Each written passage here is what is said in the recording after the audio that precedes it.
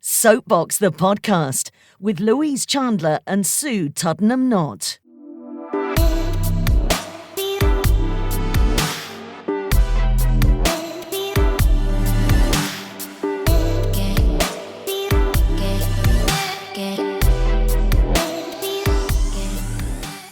Welcome to Soapbox The Podcast. This is the place and space where we talk about ordinary people and extraordinary stories.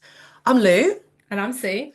And this is really an episode that's a little bit different from the previous ones. Normally, we have a guest who comes on and shares their soapbox perspective and explains their career story and their journey. Today, the episode is a bit different because we're actually reflecting back on Series 1. It seems like a long time ago now that Sue and I got together to record all these different episodes from Dr. Agatha, Max, Amy, Tiffany King, and we even interviewed each other about our own career journeys. So we really wanted an opportunity to reflect, look back on these conversations before we move on to the next series. So we're really glad that you're joining us to listen today. And we're thrilled that you've made the time to hear all these different snippets of stories. And we really hope you'll be able to take the time and go back and listen to the full episodes in full. So kicking it off then with when you interviewed me, Sue. Yes. Which was really funny because, okay, a little bit of background. Sue and I have known each other since sixth form, since what, 18 years old? We have a million years ago. It was only yesterday. I was going to say, yeah, more like 5 years ago when we were 16. That's right. But yeah, we've known each other a long time as friends, but I think it's been really lovely to step into the space together and create this wonderful set of conversations. So before we started interviewing guests, we decided to interview each other. A little bit about me. I was a journalist with the BBC for 10 years. Did the whole university academic route, got the job with the Beeb. After 10 years, was pretty much made redundant, so ended up setting up my own business. So that has evolved from me being a broadcaster and a journalist into being a marketing, communications and PR specialist. So if you go back and listen to the episode, that's what you'll hear in terms of that career journey. But there's one particular snippet that we wanted to revisit, Penguin Gates. Penguin Gates.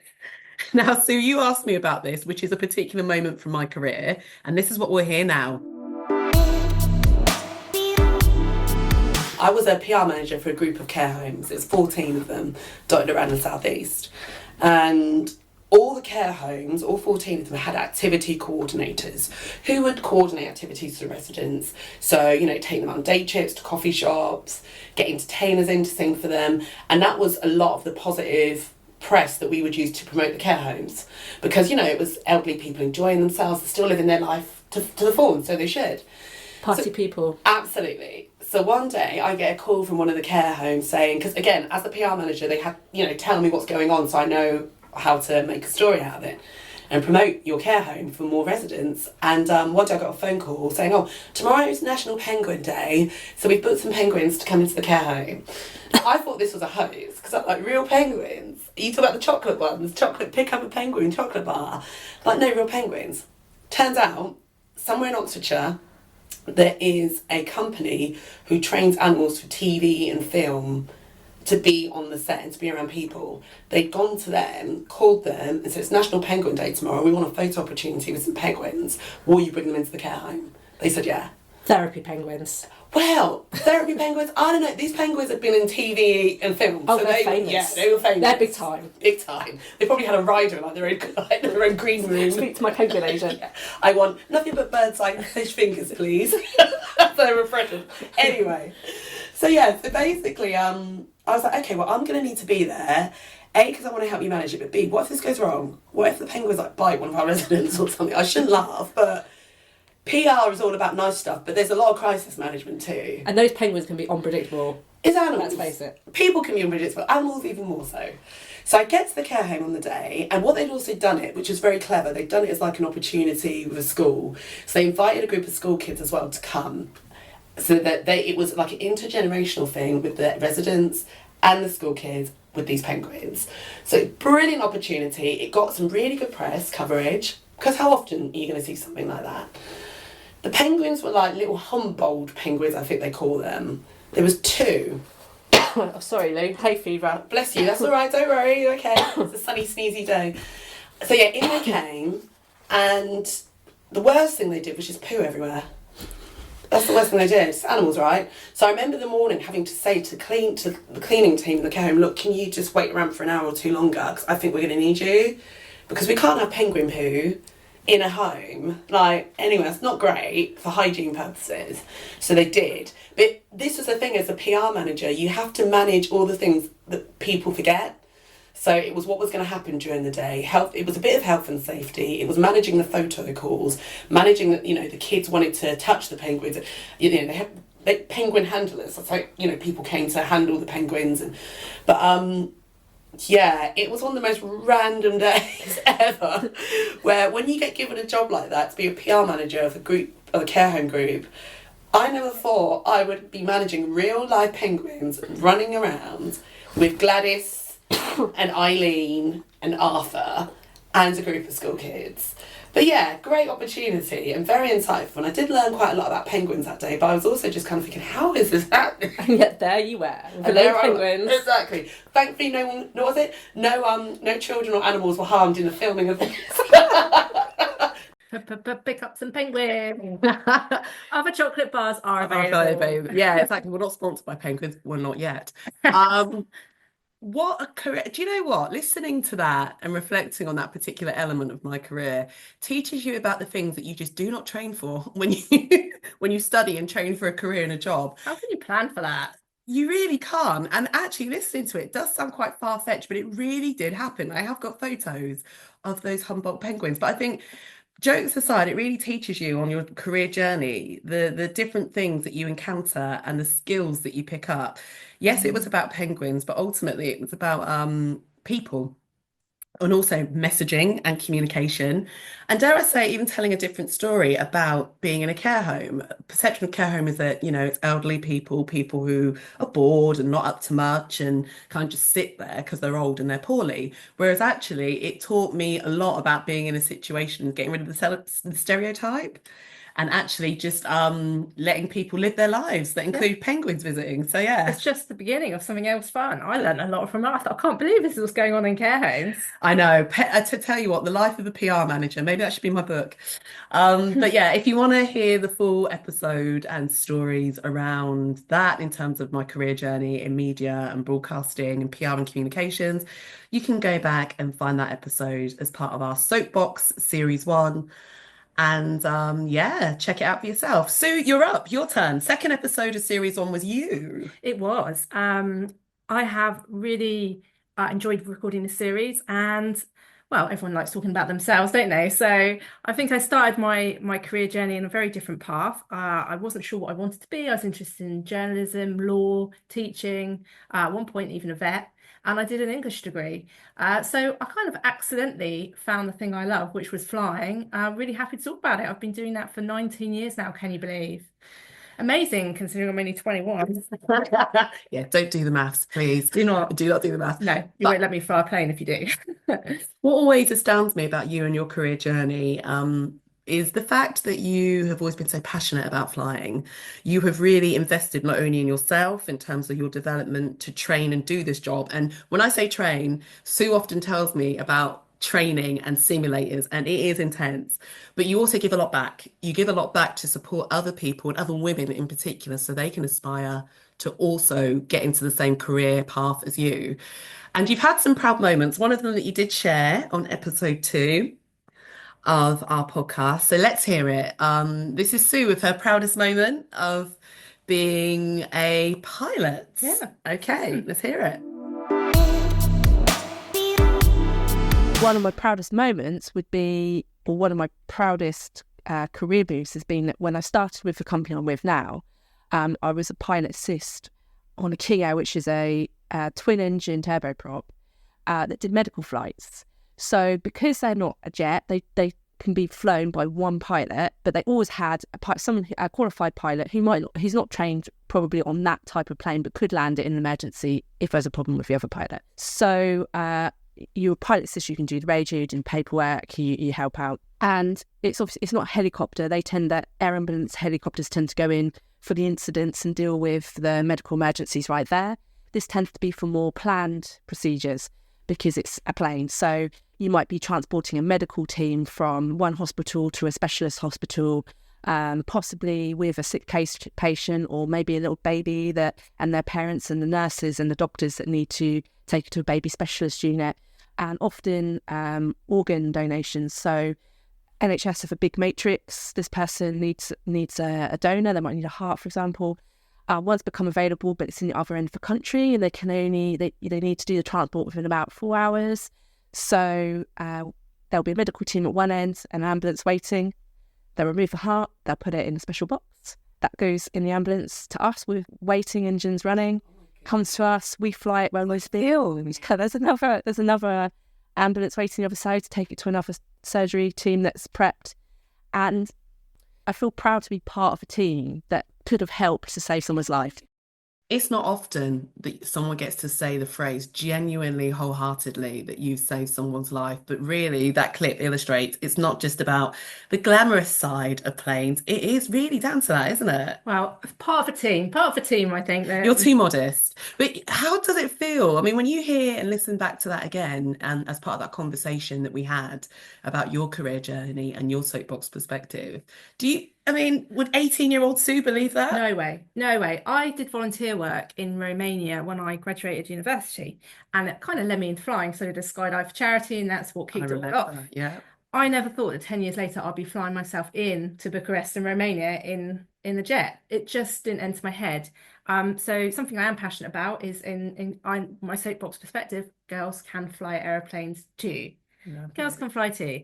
So I'm really passionate about making aware that, especially if cockpit doors being closed now, you don't have much visibility. I'm just really want people to be aware that lots of different people can fly, and if you want to, you can too. Amazing. It's a long journey. Listening to that reminds me of how far I've come and how long it took, and the sacrifices. Every step. It's true. Well, if you know someone who wants to aspire to be a pilot themselves and you're curious about Sue's journey and path, do go back and revisit that episode as part of our Soapbox Series 1, because it is a fascinating insight. I've been your friend for many years, and even I listen and go, wow, it's incredible. So Thank you. It's a brilliant reflection of dedication, hard work, tenacity, and passion for what you do. Being resilient. Definitely resilience. Thank you. So then we move on to our guest. Now, there's a story here. I went to a Women of Colour Leadership conference in October 2023. Didn't know anyone there apart from the course leader, and met this lady. She's a doctor, Dr. Agatha, and over dinner one night at this retreat, we talked about our aspirations and our careers.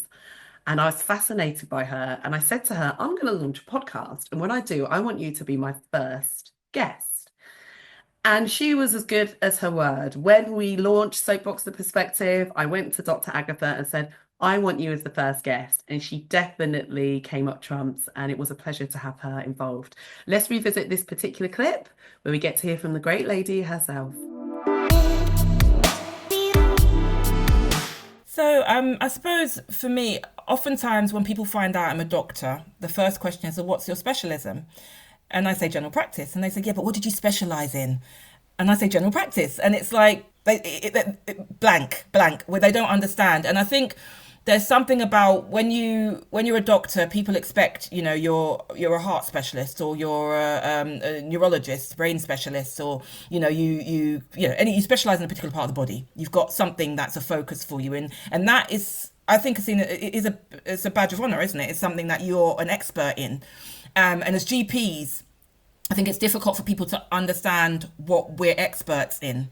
But actually, general practice is a specialism in itself, and there is an expertise in being a generalist that actually is probably more difficult for people to grasp even. So I thought actually it'd be quite good to kind of just delve into that a little bit and explore it a little bit, because it really is, there are absolutely specialist skills in being a generalist, and actually being a general practitioner in itself as a role, not just a generalist itself, but actually the general practice specialism. So yeah, that's what I wanted to talk about today. I think being a generalist, you need to understand a lot about a lot of different conditions and a lot of different bits of the body, so to speak. So and you need to be able to span kind of both physical health, emotional and psychological health, and also some social elements as well. So I think there's an element of understanding enough about most things. General practice does 80% of healthcare delivery in the UK. So we can, see people for, maternity, we can see people for psychiatry, we can see people because they've got a, long-term condition like diabetes or heart disease or blood pressure. And, so actually we can manage a lot of different health conditions across specialties in a way that most specialisms can't. And I think the other thing as well is around supporting people around their own self-management of their care, but also the importance of risk management and time. So you'll see people in a very short space of time, 10 to 15 minutes, several people a day. And in that time, you need to be able to listen to them, assess them, and then agree a plan. And that plan may not end in that day. You may not solve the problem. In fact, you very rarely will in that 10, 15 minutes. But then you've got to think about what needs to happen next and hold the risk and think, actually, I could send everyone to A&E for their headache because it could be something really serious. But actually, on balance, and from what they've told me and from what I found in my examination, I think we can do some more tests for this. So actually, I think we can try some treatment and see how they go. Wow. So Dr. Agatha, a beacon in the NHS and a champion of people and the NHS. Fascinating to listen to her speaking as about her soapbox perspective, which is, as a GP, my specialism is that I am a generalist. And then she's been able to use those skills to be at the forefront of starting things like 111, which was amazing to hear. Yeah, I think what that episode really gave me an appreciation of is not only how hard it is to become a doctor, but also I think it's fair to say with the NHS, it does get quite a bad rep. We know at the moment, as we're recording this episode, that there is winter pressures. There's a lot of pressure and criticism about hospital wards being full and not enough ambulance drivers, not enough doctor's appointments. The system not working as we once hoped it should and would. But listening to an actual doctor talk about their day and how they interact with patients and the passion that they have for wellness really inspired me and made me realise it's not what we think it is. I totally agree. There are a lot of passionate people working to support the NHS and make it an organisation as best as it can be, and to make sure that all those patients are seen, heard, and, as she said, the risk is managed. Yeah. To prioritise. They've got limited resources, so just trying to utilise those as best they can. But the face behind the NHS is passionate people, which is good to hear. Yeah, for sure. I think what's also really special about Dr. Agatha is she talks a lot in the episode around being a black woman in leadership and in senior circles, and what it means to show up to work as your true self. Sometimes, depending where we work, we may not always feel comfortable turning up in our true selves as our true people, and she talks about the importance of doing that and how she does it in her own way. So do go and check out that episode to hear more about Dr. Agatha and her journey as a doctor. Amy was up next. Yes, up next, Amy Long. So I've known Amy for some time now. She's a friend, we were flatmates, and she launched her own business in the height of the lockdown during the little thing we know as pandemic. So let's hear what Amy has to say. Amy, who we discovered during this chat, was known as a gifted child. I didn't know that. I didn't know that for all that time. I'd love that title. Gifted child. My that on the rats. Was I had a glass of wine when you told me that? I don't remember. My childhood was spent watching Buttered Moon and eating cakes. Not gifted at all. Let's hear from Amy. So it's about not needing to have formal qualifications or academic qualifications to be successful in business. So I do have qualifications. I've got a lot of really random vocational qualifications, but I didn't follow what I suppose a lot of people would call the typical educational path out of school. And I think I was always expected to be a successful academic because I was a high achiever as a child, and so I was labelled as a gifted child, right? And I think that probably had a detrimental effect on me as I grew, because I then thought, oh, well, I don't have to try because everyone's telling me that I'm this gifted child. I was a year ahead in school. I was the youngest one by quite a long way in my class. And I did just stop trying. And I was in a state school. I wasn't really pushed. I think I was just sort of dropped off the radar. Didn't do amazing in my GCSEs, did okay. And then I saw a careers advisor who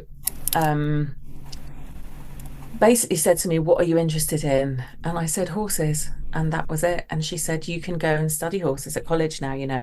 And I was like, "Oh, there's no way my parents are going to let me do that." Well, turns out they did let me do that. And I ended up working for 6.5 grand a year at the start of my career, as I mentioned. Decided after a few years of doing that I was never going to make any money doing this, and it was time to probably get a real job, in inverted commas. And I actually looked into going to university at that point as a mature student at 21, got a place.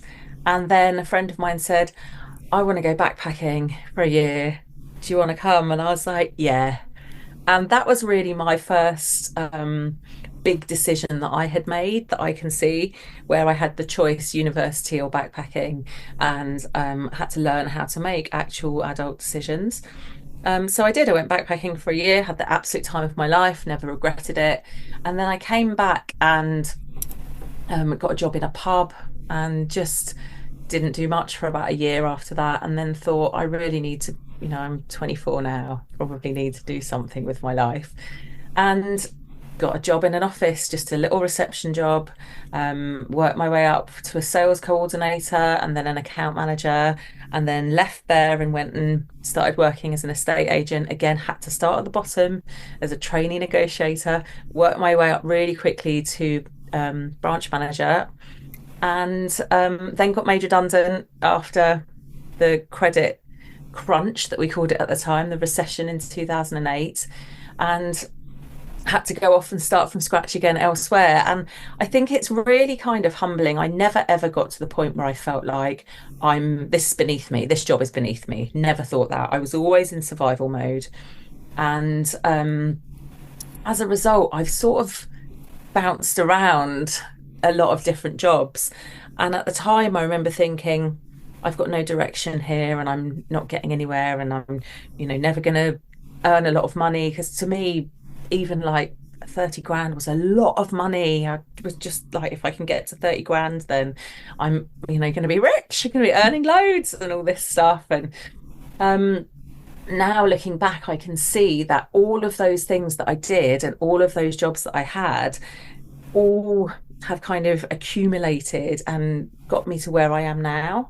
And I wouldn't be here doing this right now, running my own business, running my own successful business, without that journey. And it was hard graft. It really was. But I learned so much. I learned so much about how to manage different stakeholders and different levels of people, and skills, business skills, and just different programs and products and packages, and just, yeah, I think I see people now coming out of university with no practical skills, no sort of, not just coming out of university, I mean postgraduate, and they don't necessarily have the right mind or the right brain, or they just want to get in, and they think, oh, let's get in as high up as we can, and they're not prepared to, this is a real generalization.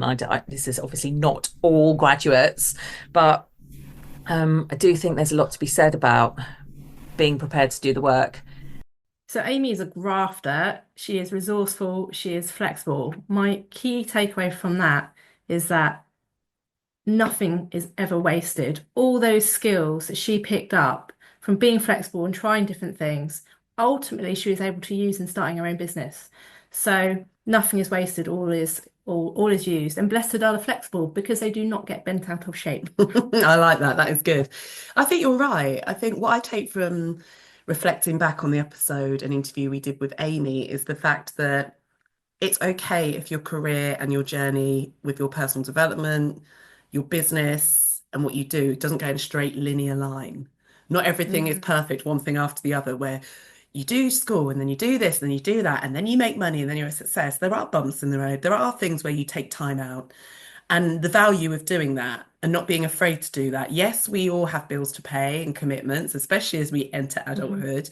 But Amy's journey and how she explained that she took some time out and traveled and went and worked in a pub and all these different jobs that she did led her onto a journey to start her own business. Now, that may not be the case for everyone, but that was, I think, what was destined and in the stars for her. Yes, and while she has qualifications, her point that you don't need formal academic qualifications to start your own business is really important, because we bring many skills to the table, and that's important to know. And you learn and pick up skills, qualities from every job you do. It's true. I think you're absolutely right. And when you go back and listen to Amy's episode, there's a lot of humor, there's a lot of fun, there's a lot of achievement and hard work, like you say, graft.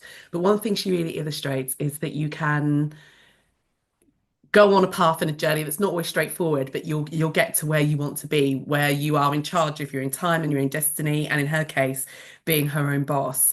And her whole soapbox perspective, like you said, Sue, where you don't need academic qualifications to do well, is certainly something that rings true. You look at some of the biggest successes in the business and commercial world, Alan Sugar, Richard Branson, Bill Gates, they don't have and never had all those certificates, but that didn't stop them. And it reminds us that we shouldn't limit ourselves to what we can be and what we can do, just because you may or may not have that piece of paper, and all the things you can learn. So thank you, Amy, for being our Soapbox podcast guest and sharing your experiences of being a gifted child, but going on a different journey and how you got to your final destination. And we'll have to catch up with Amy to find out more about how business life is treating her. Up next, for Soapbox The Perspective, the podcast, we love to interview ordinary people with extraordinary stories. Now, the next guest we interviewed for series 1 was someone who Sue knows very well. He is well connected in the world of sport, in particular the world of cycling. Now, I've got to confess, I've watched a couple of documentaries about cycling, and just to understand the passion and what goes into it. But Max brought a different element to it in terms of him not always being the one on the bike, but he's the one who fixes the bike, and how important that is as a team. Yeah, I loved hearing about it, and the juicy tidbits of what goes on behind closed doors. So listening to Team GB and being away and what goes on, fascinating. Let's hear from Max now as he reflects and talks about his soapbox perspective. So my soapbox perspective is, I believe that anyone can do what they want from any sort of sporting background. They don't have to be within that background or come from a background where their family does that. I try and make it easier for people to actually, in my sport, cycling, achieve what they want to achieve without any previous experience, basically. And the attitude is, it's not to be, what does this owe me? It's, I know, what can I give to improve my standing and my situation and move myself forward, and what can I learn from these people? Do you know what I mean? What can I learn to make myself better and get where I want to be? And you don't have to be privileged to do that. You just have to possibly work. Well, definitely work a little bit harder, but it's if you don't mind the hard work to get to a position that you want to be in, then it's not really working, is it? Really, it's you work hard and you work harder for something that you believe in. There's a real big drive. We work with the coaches of these athletes at GB, and the coaches are also there for the grassroots level. They're also, not only are they the coaches of the higher end juniors and stuff like that, they're out there in the schools and the communities finding the next potential cyclists by running these courses, running these in-school courses and events and stuff like that. And they're working hard to try and give kids the opportunity that they can create to achieve something they may never have known they could have done, which is fantastic, which I love. And, I have full respect for them for doing that. The attitude to give anything a try goes a long way, I think. Champion of the underdog. Obviously, I'm going to be biased because I'm married to Max, But I loved hearing about behind the scenes of Team GB, and I was surprised to hear what a team sport it was and how many people were involved, from the cyclists to the masseuses to the mechanics, and how everybody works as a team. Yeah, you're absolutely right. I think it's fascinating to understand the part that everyone plays to get someone to that podium to win. And often with any sport, I think it's true. You see the person, with that medal, with that trophy, you don't realize really what goes into it behind the scenes. And Max really painted a lot of vivid pictures about what helps to make someone a success in that particular sport. And also, as he alluded to there, it's not about privilege. Some sports really are. It's about the money, it's about the prestige and who you know. Whereas from how he described getting into cycling, a phrase I will use, your attitude determines your altitude. If you work hard, as he talks about, it's not about privilege, it's about building your craft and your skill and going for it. And he also tells a really funny story about a police car chase. So do go back to that episode and listen to that, because that's quite funny. But yeah, really fantastic insight into sport and what it takes to be the best. Yeah, it's great to hear about the variety of backgrounds that people come from, and how that it might be surprising, but how they can make it, and that everybody has the same thing in common, and that is a passion for sport. Love it, love it. Does that mean we're going to get on our cyclist bike and start riding soon? Hell no. You've got a bike, I know, haven't I you? do. No, I love it. It's good. It's good. I've got a bike. It needs fixing. I love it. You're a kid again. But Yeah. Max made me a bike. Yes, he put me together a bike, and I'm on it, and I feel like a kid that's got a bike for Christmas. It's a good feeling, I have to say. Brilliant. Well, when we spoke to Max, he is going from being an employee to being an employer in a sense. He's launching his own business. So, this exploration of conversations is all about really understanding someone at a particular crossroads of their career path, but then also understanding what they're going to do next. And for Max, he is launching his own business. So we look forward to seeing how that pans out and wishing him all the success for it. Absolutely. Let's get on to Tiffany. Tiffany King, director, actress, writer, choreographer, someone who is so committed to her craft that even when she had a teaching job, she decided to give it all up and go and return to training and get a prestigious place at RADA, which I think is incredible, not only as an achievement, but also for someone to take the risk at that part of their career. Let's hear from Tiffany as she talks about her experiences. Well, I think there's probably two things, maybe even three, but the main thing is this industry is tricky. It's tricky, it's hard, and to do it because you love it and what it brings yourself and others. So, but to always remember, you are enough. So you're enough, and that there's room for you. And that kind of goes with my third little element with it, which is you can't be afraid. You've got to kind of be aware of fear and move forward. So I really believe that you should always just give yourself permission to try and not wait for somebody else to give you permission, just to go, well, I think I do. Let's see.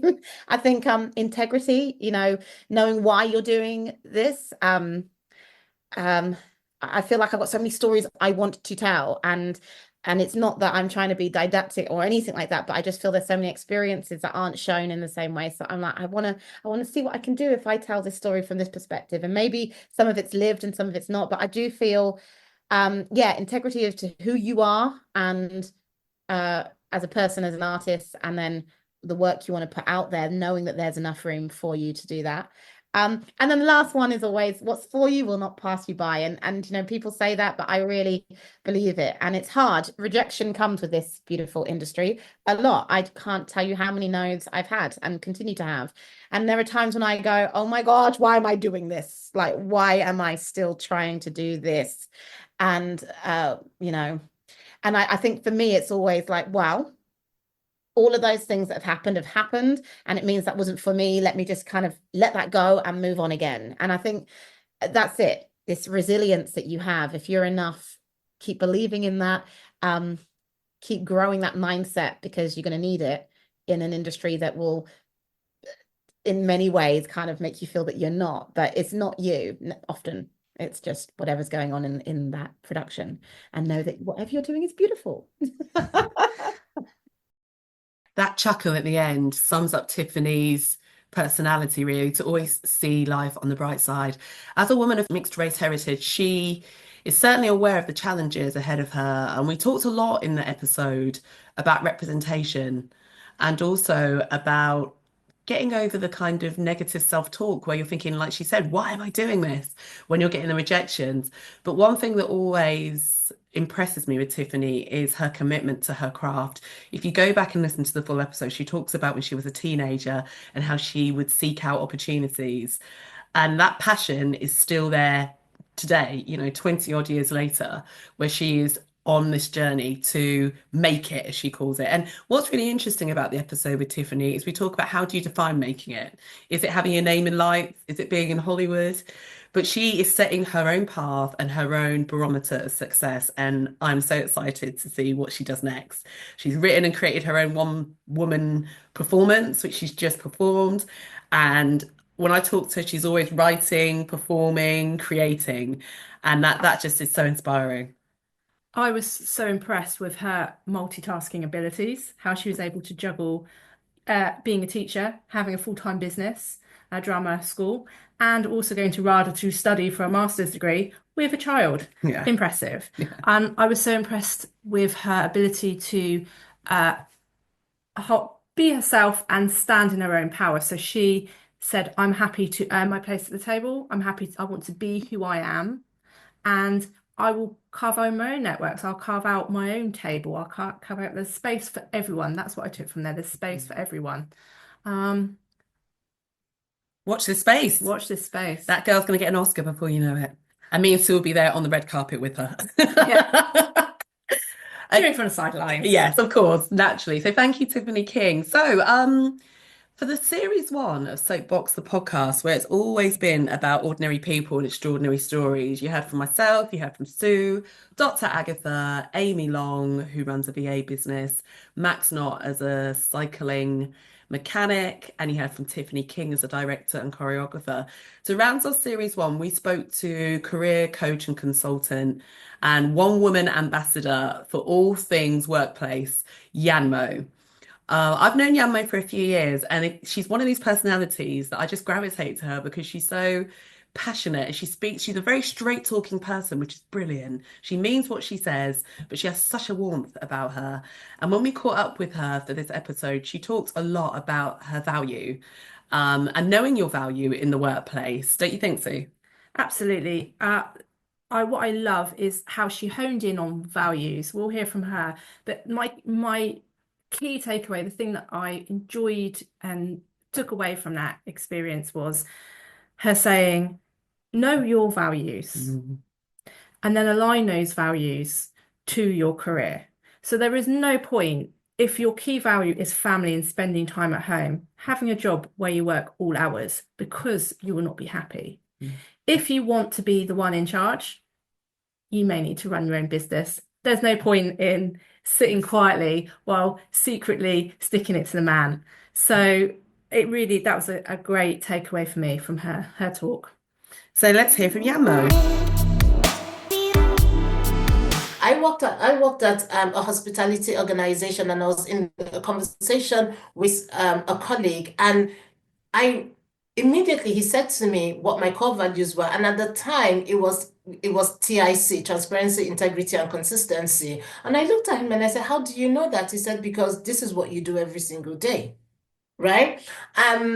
But he didn't know what he was describing was core values. So what I realize is that it's not that we can't do the job, it's that we don't understand who we are on the inside. And because we don't understand who we are on the inside, we can't extend grace to other people. So oftentimes we think the way I am is the way you should be. And if you understand that you have different core values to the next person, some people's core values is, it's serenity. I have a really good friend. She just likes being in the park and talking to crickets and grasshoppers. It's crazy. Doesn't make any sense to me, but it works for her, right? And the people, and when you understand people that have core values like serenity, they don't like conflict. They don't like, they don't like arguments. But if you're an argumentative person, and you have a member of staff that enjoys serenity and peace, you're going to clash a lot. because it's not going to work. Right? And now, because it's not going to work, like Louise, you may decide I'm handing in my resignation and I'm walking away. Meanwhile, if we just understood our core values, we'll be able to be more inclusive, right? And give, and I always say, extend grace to other people. So we're able to bring our best authentic self, show up the way we need to show up, and do the best work. So there you have it. Yanmo ends Series 1 of Soapbox the Podcast. This Soapbox podcast idea was something that we've worked on for a long time, and it has been amazing to see and hear it come to fruition. So we really want to thank all of our guests from Series 1, but we'd love for you to go back and keep listening and engaging with us. Ordinary people, extraordinary stories. Listen to Soapbox wherever you get your podcasts from, and we love to hear from our listeners. Email us at soapboxbubble@gmail.com. Until next time, see you then. Soapbox the Podcast is hosted and produced by Louise Chandler and Sue Tuddenham Knott. It's an audio production by Soundbite Media.